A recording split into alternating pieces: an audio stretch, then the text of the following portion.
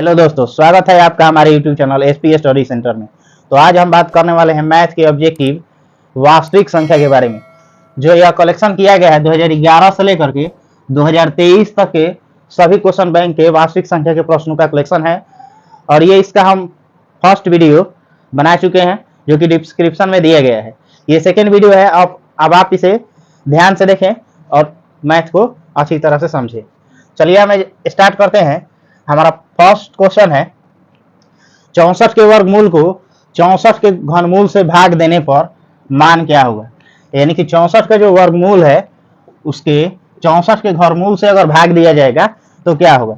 यानी कि 64 का वर्गमूल, जो 64 का हम वर्गमूल निकालेंगे अर्थात 64 का वर्गमूल, तो 64 जो होता है ये 4 8 गुने 8 यानी कि 8 गुने 8 यानी कि 8 का यह वर्गमूल होता है। और जो 64 का घनमूल होता है, 64 का घनमूल जो होगा आपका 4 होगा। यानी कि 4 जो होगा इसका 64 का घनमूल होगा और इससे भाग देना है। इससे इसको भाग देना है तो भाग देंगे, हमारा वर्गमूल आया है कितना 8 और इसमें 4 से भाग दे देंगे तो 4 दूनी 8। यानी कि इसका सही आंसर क्या होगा 2। इसका जो आंसर होगा B is the right answer हो जाएगा। हमारा अगला क्वेश्चन है एक वृत्ताकार पथ पर 3 धावक एक ही स्थान से दौड़ना प्रारंभ करते हैं।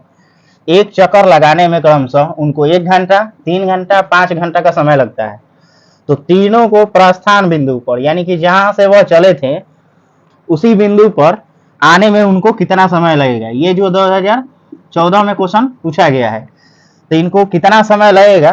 तो हमारा जो समय दिया है 1 घंटा, 3 घंटा, 5 घंटा, 1 घंटा, 3 घंटा, 5 घंटा। तो दोस्तों इसका हम क्या करेंगे कि एलसीएम निकाल देंगे। एलसीएम जो निकालेंगे तो ये एलसीएम इसका कितना हो जाएगा। एलसीएम अगर निकालेंगे तो इसका एलसीएम जो होगा, ये अभाज्य संख्या है तो अभाज्य संख्या का एलसीएम उसका गुणन होता है। यानी कि इसको गुना कर देंगे 3 गुने 5 गुना 1 यानी कि 3 पंजे 15 यानी कि हमारा जो आंसर होगा 15 घंटा। इसका सही उत्तर क्या होगा ऑप्शन डी 15 घंटा। ठीक है। हमारा अगला क्वेश्चन है किसी धन पूर्णांक ए तथा बी के लिए ए बी का मौसा तथा ए बी का लौसा निम्न में से कौन है। यानी कि ए बी का लौसा और ए बी का मौसा का जो गुणन है वह क्या होगा। तो जो भी कोई भी अगर धनात्मक पूर्णांक दिया है, अगर वह अभाज्य संख्या है, जैसे ए और यहाँ बी दिया है तो ए का गुणनखंड करेंगे तो ए गुने 1 गुने ए हो जाएगा और बी का गुणनखंड करेंगे तो 1 गुने बी हो जाएगा। यानी कि इसका कितना हो जाएगा, अगर मौसा का बात किया जाएगा तो मौसा 1 हो जाएगा।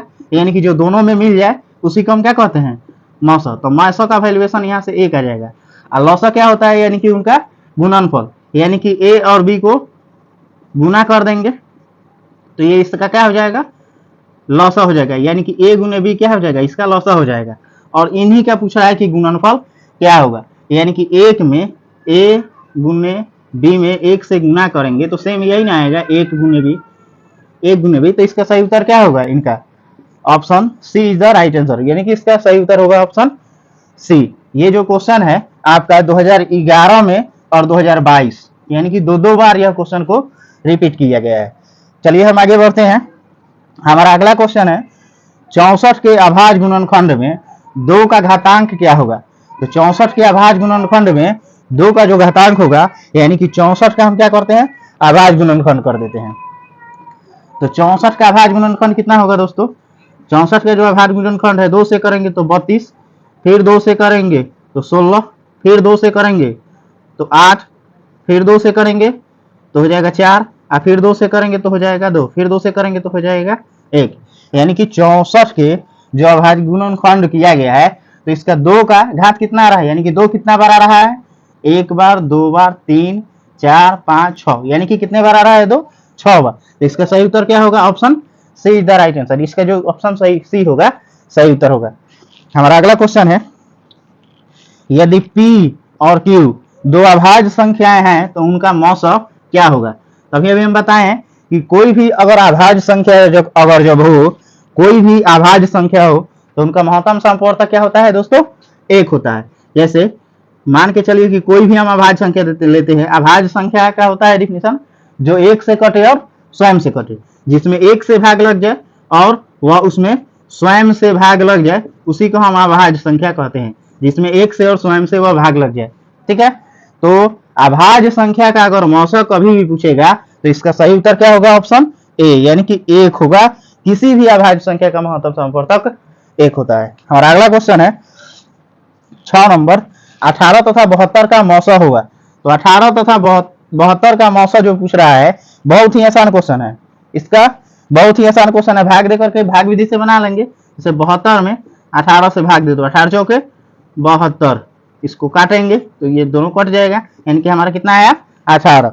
इसका सही उत्तर हो जाएगा 18। ये जो क्वेश्चन है 2022 में पूछा गया है। हमारा अगला क्वेश्चन है, अगला क्वेश्चन 7 नंबर है, 156 के अभाज्य गुणनखंड में 2 का घातांक क्या होगा?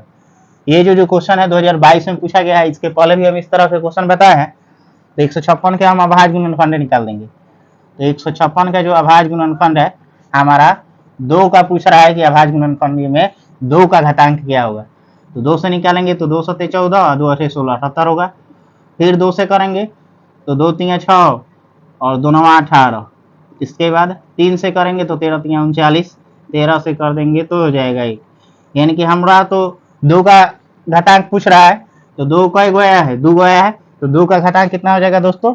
2 हो जाएगा। यानी कि इसका सही उत्तर होगा ऑप्शन ए। हमारा अगला क्वेश्चन है, 2 धन पूर्णांक ए बी के लिए मौसा का जो वैल्यूएशन दिया है ए बी दे दिया है और लौसा दे दिया है, इसका बाटा में ए बी है। तो ये इसका जो फॉर्मूला होता है ए गुने बी बराबर लौसा गुने मौसा होता है, लौसा गुने मौसा होता है। और यहाँ ए बी दे दिया, तो इसका गुणांक क्या है? 1 है। और इसको जब हम गुणांक ये जब है तो ये पूरा गुना में है, इसको हम बाटा में इधर ला सकते हैं। तो 1 बराबर क्या हो जाएगा? लौसा गुना मौसा, और बाटा में ये आ जाएगा ए गुना बी। तो इस रूप में आ गया ना, अर्थात इसका यहाँ आंसर कितना होगा? 1 हो जाएगा। ये जो क्वेश्चन है 2022 में ही पूछा गया है। दोस्तों आप इस वीडियो में, आप चैनल पर नए हैं तो इस चैनल को सब्सक्राइब कर लें और कमेंट जरूर बताएं कि आपको वीडियो कैसा लगा। चलिए आगे बढ़ते हैं। हमारा अगला क्वेश्चन है 9 नंबर, निम्नलिखित में कौन सा युग्म जो है आप सअभाज्य संख्या है? यानी कि सअभाज्य संख्या उसको कहा जाता है जिसका महत्तम जो आना चाहिए वो 1 के बराबर आना चाहिए। यानी कि सअभाज्य संख्या का जो महत्तम होता है वह 1 होता है। ठीक है, तो इसमें ऑप्शन दिया है 14 35, 18 25, 13 52, 21 84।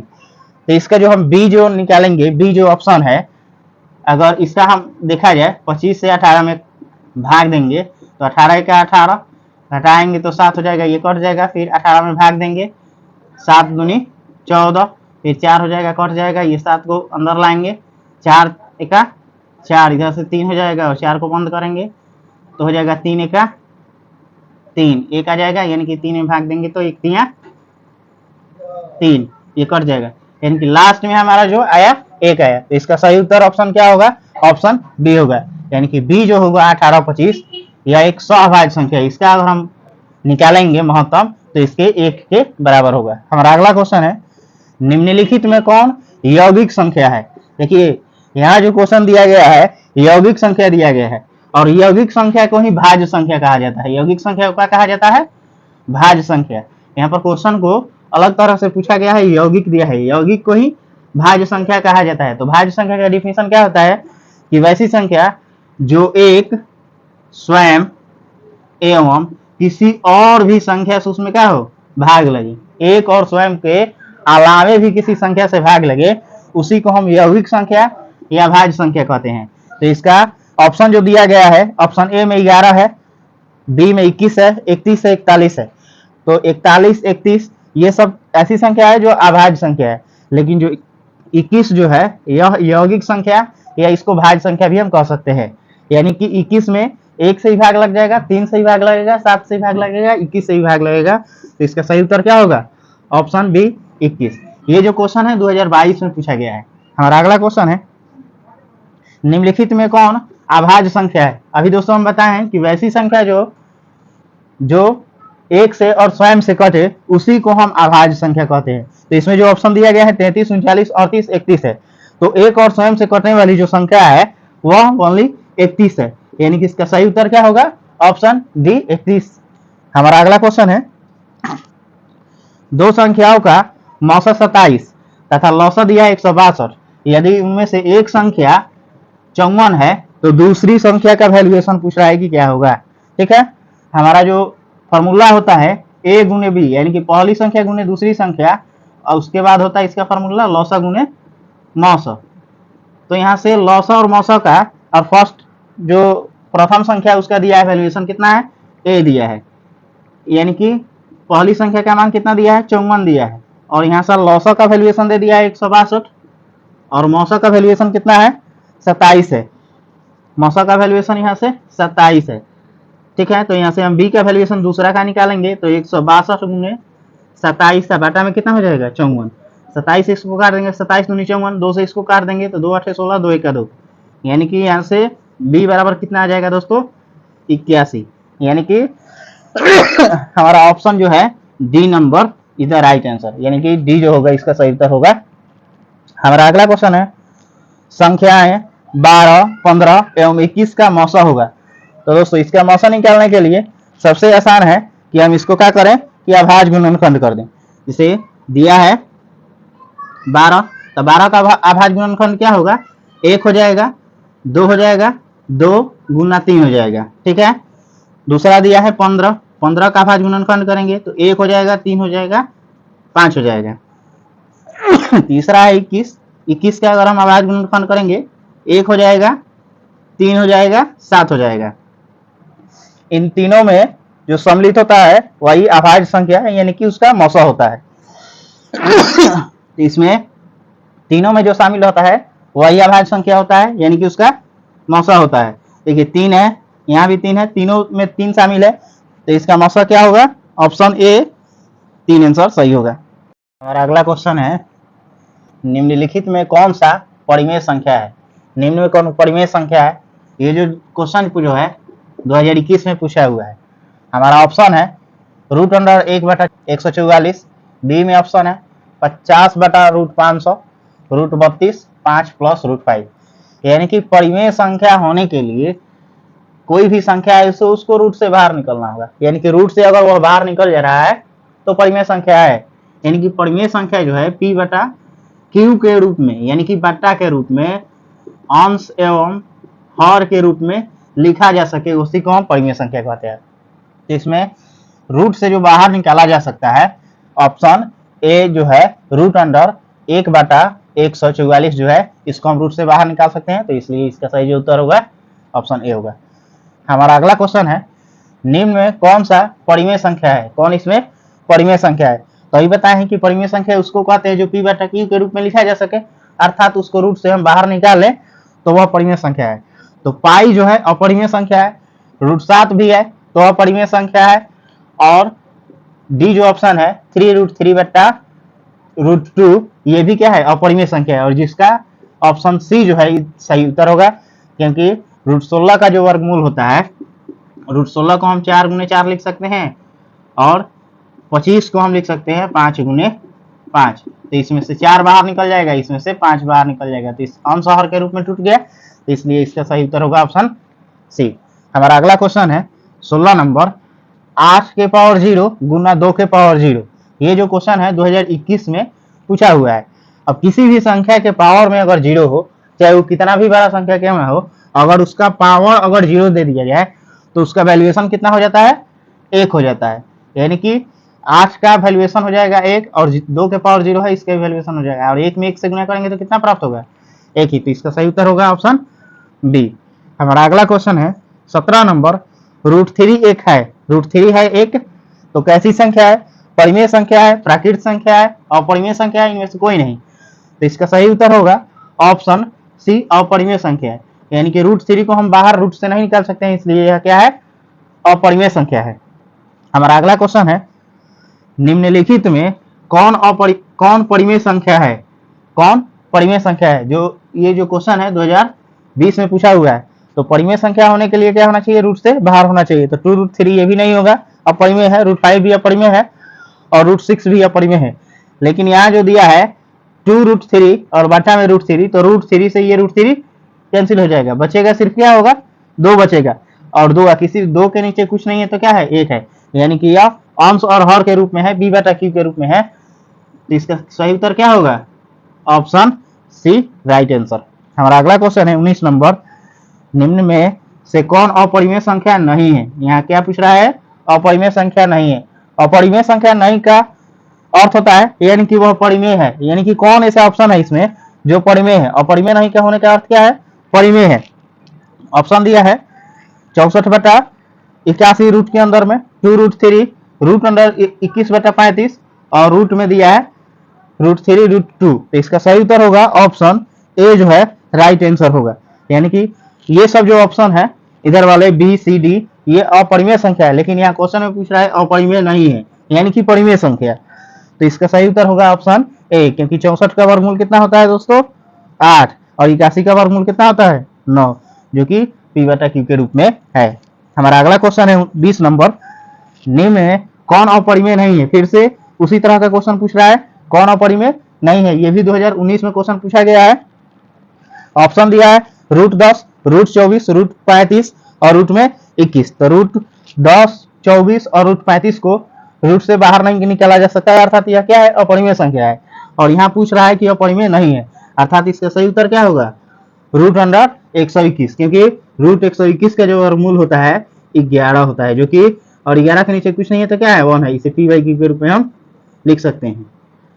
हमारा अगला क्वेश्चन है, यदि n एक प्राकृत संख्या है तब √n का वैल्यूएशन क्या होगा? यानी कि √n जो है अगर n प्राकृत संख्या है, ये जो क्वेश्चन है 2018 में पूछा गया है। अब देखिए n कह रहा है प्राकृत संख्या, यानी कि n बराबर हम अगर 1 रखेंगे तो n बराबर अगर हम 1 रखें तो √n का जो वैल्यूएशन पूछ रहा है क्या होगा? यानी कि n के स्थान पर 1 रखेंगे तो इसका रूट से निकालेंगे बाहर तो 1 ही आएगा। n बराबर अगर हम 2 रखेंगे तो √2, यानी कि यह √2 ही रह जाएगा। तो ये एक कैसी संख्या है? परिमेय संख्या है या प्राकृत संख्या भी है। कैसी संख्या है? परिमेय संख्या या प्राकृत संख्या इसको कह सकते हैं। अगर हम n बराबर 2 रखेंगे, 2 रख लेंगे 3 रखेंगे तो ये कितना हो जाएगा? √3, यानी कि ये भी कैसी संख्या है? अपरिमेय संख्या है। कैसी संख्या है? अपरिमेय संख्या है। यानी कि जब देख रहे हैं कि n बराबर हम अगर आगे 4 तक निकालते हैं तो √4 आ जाएगा। √4 का वर्गमूल क्या है? 2, जो कि एक परिमेय संख्या है या प्राकृत संख्या है। यानी कि n बराबर जब हम वैल्यूएशन रख रहे हैं √n पर, तो कभी परिमेय संख्या या प्राकृत संख्या आ रहा है, कभी अपरिमेय संख्या आ रहा है। इसमें ऑप्शन दिया है कि हमेशा प्राकृत संख्या, हमेशा अपरिमेय संख्या, हमेशा परिमेय संख्या, लेकिन हमेशा तो आ नहीं रहा है, बार बार चेंजिंग हो रहा है, कभी परिमेय तो कभी प्राकृत। तो इसका सही जो उत्तर होगा ऑप्शन डी होगा, कभी प्राकृत संख्या तो कभी अपरिमेय संख्या। इस प्राकृत संख्या के स्थान पर कभी कभी परिमेय संख्या भी दे देता है। तो सही उत्तर जो होगा हमारा ऑप्शन डी होगा। ये आज हम वीडियो को यहीं तक रहने देते हैं, और आप इस चैनल पर अगर नए हैं तो चैनल को सब्सक्राइब कर लाइक बटन जरूर दबाएं और कमेंट में बताएं कि यह वीडियो कैसा लगा। धन्यवाद।